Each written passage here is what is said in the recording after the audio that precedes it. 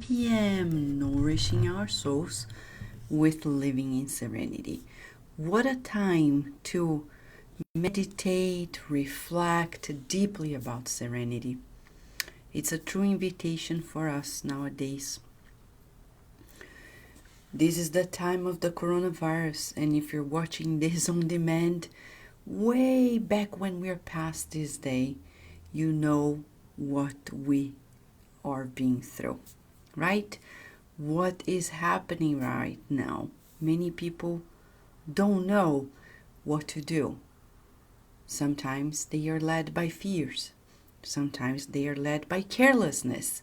And here at Cardiac Radio, we're inviting everyone to come to our senses, to center ourselves, to balance ourselves, and to take this unique opportunity to retreat, to cherish silence, to cherish this quietude if you can. Even though we may have children all day long, it's an invitation for them as well. They may be asking for play dates, but we can't. They may be asking to go out and do stuff, but we can't. But then little by little, as we enjoy the quietude, the calmness, the retreating of ourselves, they will come together with us, and they will also experience the silence, the attention to nature, because everything is quieter nowadays. People are less busy because they have to be home. Yes, some people still have to go out. Those who are in the front lines, like the healthcare providers, we pray for them. They have to be there. But majority of us needs to be conscientious and retreat and be in this temporary social distancing. Yes, meaning not going to restaurants, not going to any places unless you need to buy medication, unless you need to buy food, and all the more necessary. So now it's about time for us to cherish this inner silence. I see friends here joining us today at Cardiac Radio. I can see John De Rosa, who has joined us. Hello, John. A big hug to you and Nina. Hello, Daisy. How are you? I see Nora Brazil as well. Thank you so much, Sunshine. Hello, Sunshine. Hello, Alan Swift. Hello, friend. Hello, Teresa Castro. Hello, my friend. And here we have Donna Verducci. Let's team up, Donna. You know, we all have our reasons and to be in so many feelings, but together we can calm down, right? Tony Torres. Hello, Tony. Welcome to Cardiac Radio. Aline. Hello, Aline. A big hug to you, Aline, and friends who are joining in at this moment to join this single opportunity of being instructed by Emmanuel. You know, at this time, many people have different mindsets, which is normal. And it has always been like this. It just becomes more evident because of people expressing their feelings more often nowadays because of social media. But life has always been like this. When you read all the books that have been written by different writers, including the ones that were psychographed by Chico Xavier and authored by Emmanuel, wonderful novels that you can read and delight yourself during this time of quietude and instruct yourself as well. Beautiful novels, 2,000 years ago, 50 years later. Hail Christ, Renunciation, Paul and Stephen. These are some. Plus so many other books. These books are already available to us in English and beautifully translated, we think. And we would recommend as an opportunity for us to quiet down. I know for those who have kids, it's hard during the day to sit down and read a book very difficult. But at some point, we can listen to some of it on the internet through Cardiac Radio's podcasts. Or we can also, for those who speak Portuguese, there are podcasts in Portuguese as well on YouTube. And there is also the Kindle versions of these books, which is worthwhile reading. This is a good time to catch up on the reading. So many people are like, what do I do? Run, catch up on your reading, and stay quiet and calm. Don't go anywhere. Drink your warm teas if needed, or cool teas, whatever you need, depending on the temperature of where you are. This is a time to quiet down. If one thing we know the coronavirus has been teaching us is to slow down, including the constant texting and messaging, and stop. Put the phone away. Put the phone away. You're not gonna miss anything. Oh, but what if? Just leave it alone for a while and enjoy being where we are. Because sometimes people are in isolation, but they're constantly wired. It's defeating the purpose, because this coronavirus is telling us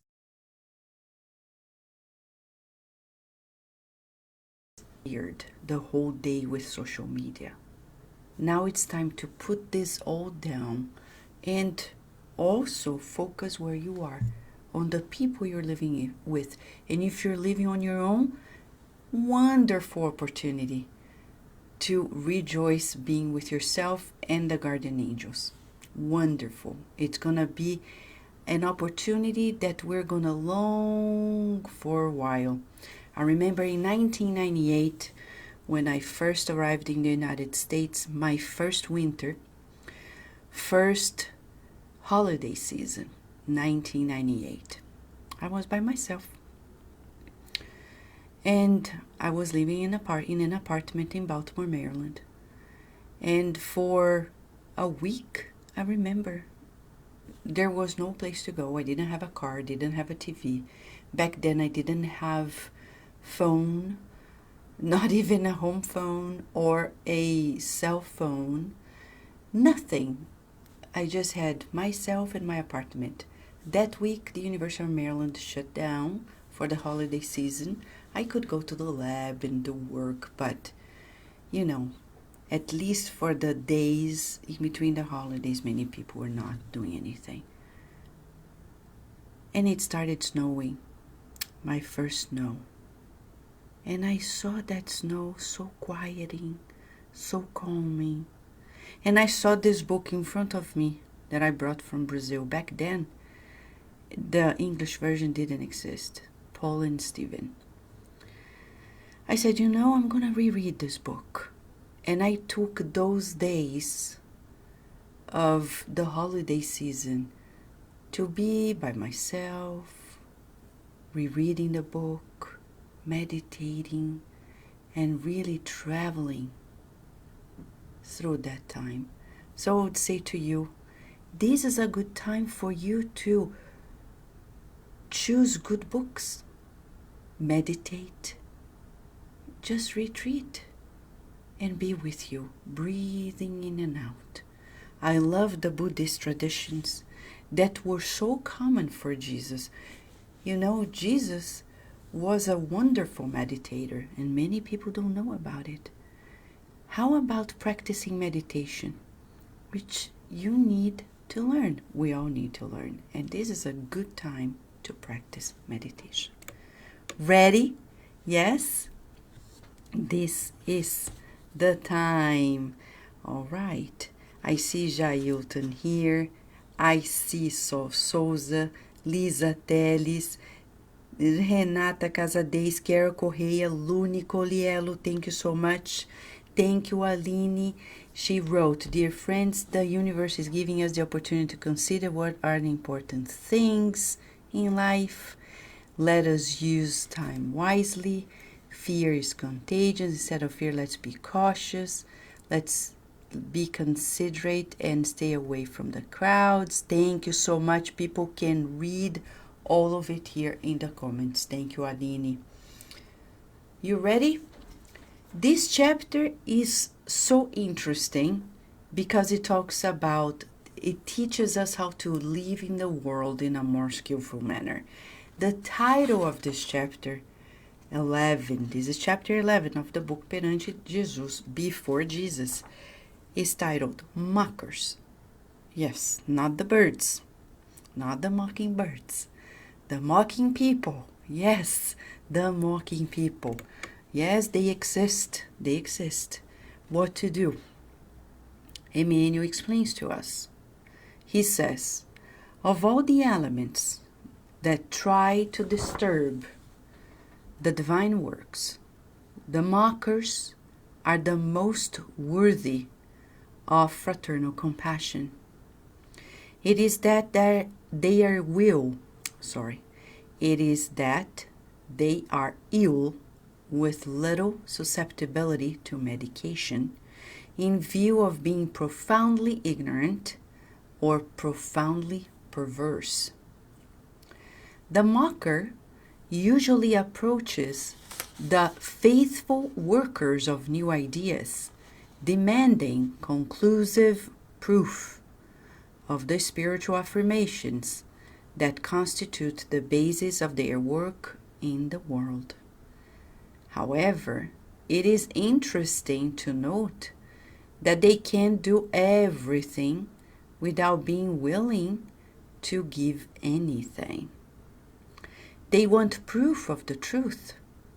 However, they do not abandon the mental caves in which they usually live in, not even to see themselves. They want spiritual demonstrations, clinging like worms to material phenomena.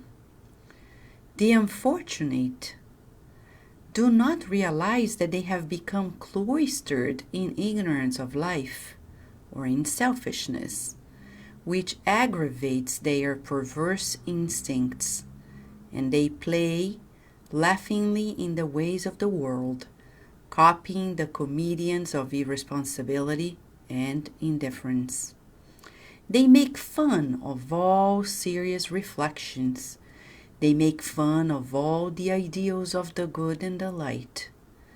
They move noble intellectual heritage in the effort to destroy and sometimes manage to dig deep into the abyss where they are. The sincere apprentices of the gospel must, however, know that such deviated ones will walk the earth according to their own lusts. They are leaves aware of the evil that only divine mercy can transform to sublime breath of its renewals. It is necessary not to waste time with this kind of persistent disturbers of the activity of the good. They are exponents of the scorn, condemned to receive the consequences of it. By themselves, they are already quite unfortunate. If they ever cross your path, bear them with patience and give them to God. Divine revelation without human renewal is light without space. Like human spiritism without divine spirituality is space without light. This is Emmanuel in the book Before Jesus, Perante Jesus, a book that is barely studied by spiritists, and here we have an opportunity at Kardec Radio to revisit it. You may be asking, why Emmanuel dedicated one chapter to mockers if we shouldn't pay that much attention to them? I think the first answer would be to let us know our attitude before them, because they exist. There are people who disturb the divine works. They do, but they are worthy of compassion. They disturb it all because they are profoundly ignorant, he says, or profoundly perverse. That exists. You know those people? I've met some of them. They come to you and they laugh. They laugh because you dedicate your life to spirituality. They make fun of it. They make you feel like you are less intelligent because you believe in God. And they claim, I'm so rational. And some people amazingly believe. I've seen people coming to me and saying, oh, my husband's so rational. He doesn't believe in anything. And you think your husband is really that rational? Or your wife? Because if they really were, they would dig deeply into this. They would. Because the belief in God is natural to us. Go read chapter 2 of the Spirit book by Allan Kardec. Chapter 2, part 3, because the book of the Spirits has 4 parts. So, chapter 2, part 3 talks about the law of worship, and at some point it discloses to us the fact that we don't see any atheistic tribe in this world. We have never seen. No matter where people are born, since ancient times, they have gravitated toward this reverence to a superior force. And that's what we're talking about. So when it's not natural when somebody doesn't surrender to this superior force, it's actually a sign that they are ill. They are not in their natural state. Right now, at the time of the coronavirus, think about it. Why the peak of the crisis coincides with this Lent season? Besides being a spiritist, we don't have any rituals. Catholic people usually are the ones who are going through the Lent, not only them. I know in other traditions, the Judaic traditions as well, but we're talking about the timing of it. The peak of it all comes to this moment in which we are reflecting, or we should be reflecting, about life, what we've been doing, and especially our reverence to God and to the divine Messiah, Jesus. If we could tell anyone on earth, we would say, if you want a good take-home message from the coronavirus, it says, surrender to God. But surrender to God with your reasoning and your heart. Reasoned faith, heart and reasoning together. Unshakable faith, like we've never done before. This is the take-home message. If you want to share one message with people, is this. This is the time for us to revisit our true concept of life, our unity with God, which is the true religiosity, our unity with God, irrespective of the name of our religions, of our spiritual path. It doesn't matter. What matters is not only acknowledging, but trimming our lives around God, knowing that God is the center of our lives. This is the message of the coronavirus. The coronavirus talks about, as it says, because of its shape, it's like the crown, right?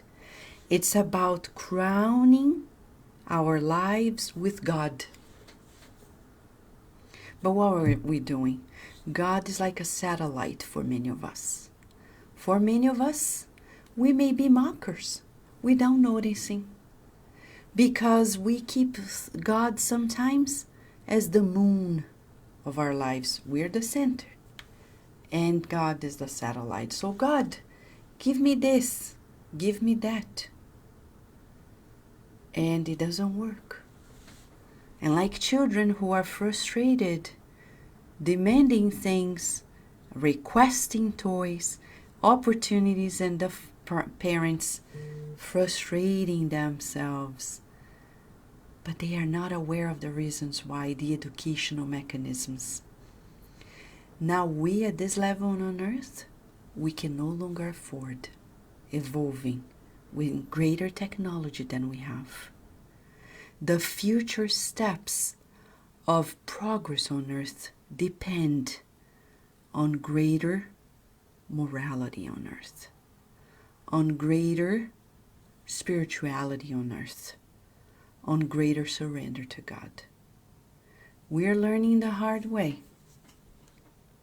but we have to learn it. The coronavirus comes to tell us not to be mockers of life. We can't play with fire. Life is fire. We can't play with it.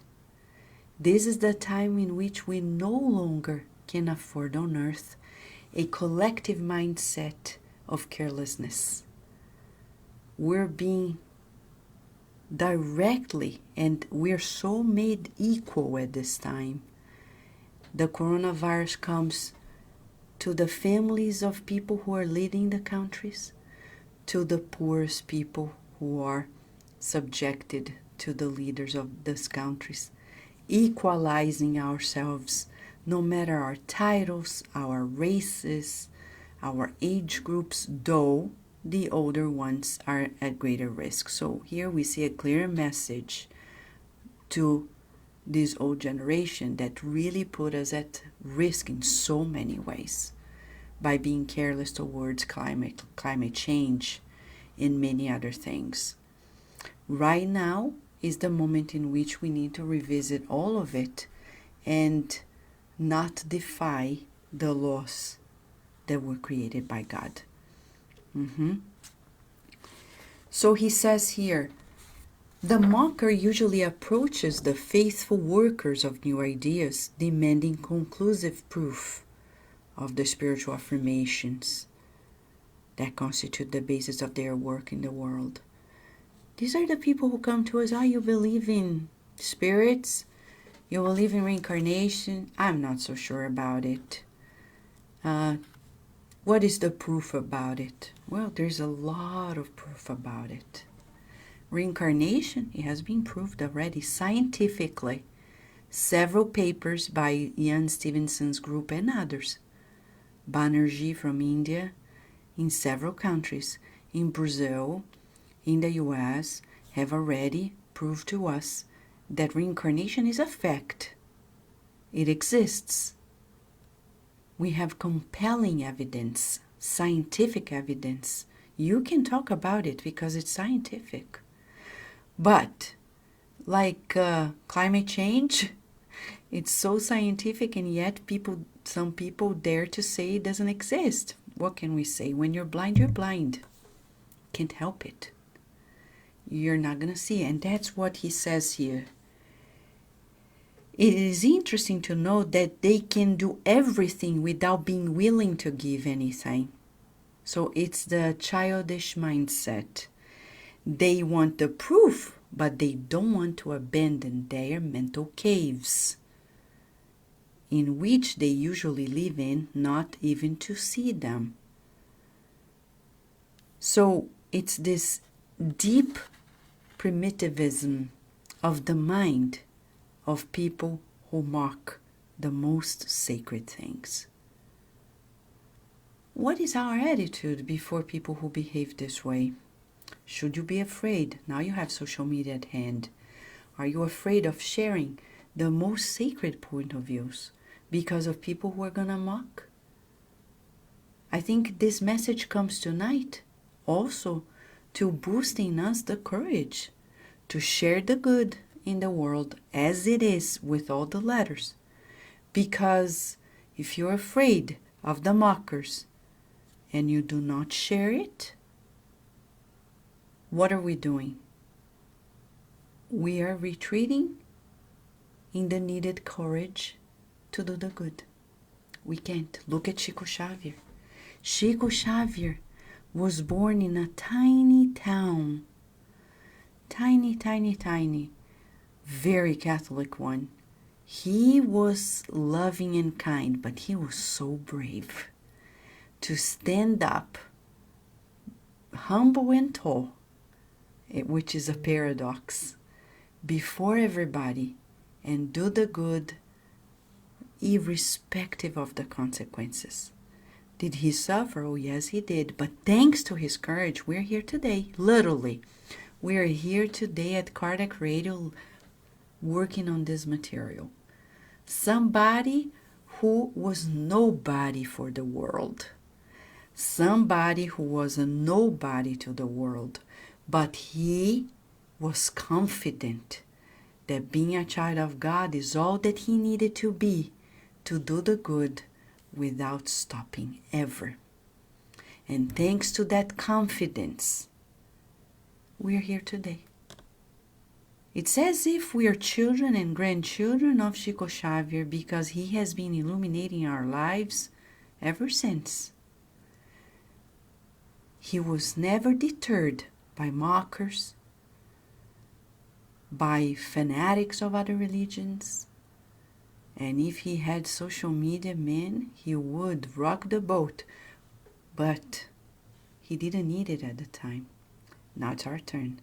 He passed the torch, and you and I are being invited at this most permeable time to share the good without a fear.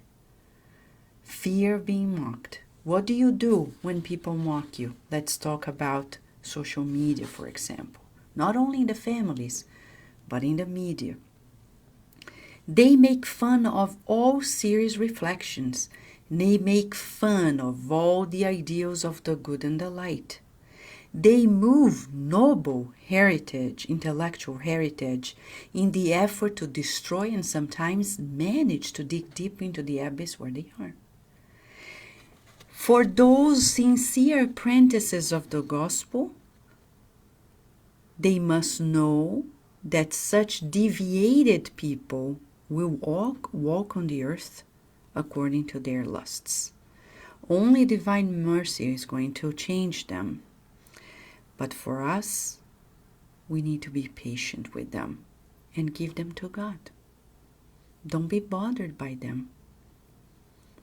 How often I came to some places when I was visiting relatives or friends, and people would mock, saying, "Oh, so you dedicate your time to spreading spiritism." I wouldn't say anything. And I know many people who are here, they have had their experiences too. Do you retreat? No. Do you confront? No. What do? We let them be. But are we going to stop? No. Am I going to create a separate page, Spiritist Vanessa and Vanessa, as if I'm split? No. The people who know me in all walks of life, this is Vanessa with all of it. Oh, but they are not going to understand. Today, give them 10 years, 20 years. They will. I've seen people many years ago who would come to me and misunderstand and say, "Oh, you're a medium. I've heard you're a medium. That's strange." I said, "Okay." And now they are spiritists. It's normal. It's their path. It's their journey. Our journey is our journey. If it crosses the path, that's what it says. If they ever cross your path, bear them with patience and give them to God. But don't stop doing the good or sharing the good. Don't mask the good. Give it as is.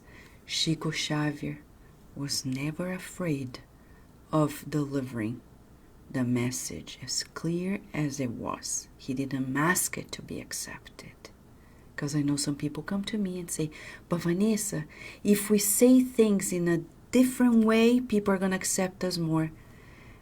And my reply is this. If the good spirits are bringing the message in this language, that's the way we need to deliver it and share it. Because if they wanted in some other language, they would have given it to us in that way and form. They wouldn't give us the trouble to reinvent the wheel just to make it more acceptable. So we need to accept it first. We cannot be these unconscious mockers who do not value, as he says here, the serious reflections, the ideals of the good and the light, the noble intellectual heritage that we have received. You may be asking, what are we supposed to do in the next 24 hours? Right, Donna Verduti? Yes. What are we going to do? We're going to observe inside of us. How deep is your love? No, I'm joking. How deep is your love? Is your love? How deep is your love? Yes, the love for God. We don't want to be mockers, even unconscious mockers. So we want in the next 24 hours to evaluate how deeply we cherish what we have at hand. This, as Emmanuel says, the serious reflections, the ideals of the good and the light, this spiritual heritage that we have at hand, how deeply we cherish it.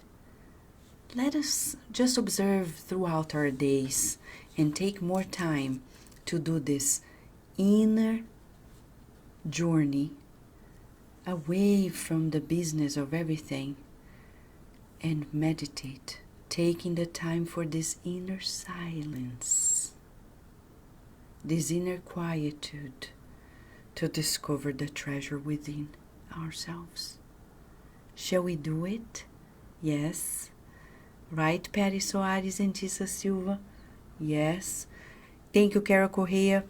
Let us then crown our lives with God and thank the coronavirus for bringing us this single opportunity of calibrating ourselves by acknowledging God as the center of our universe.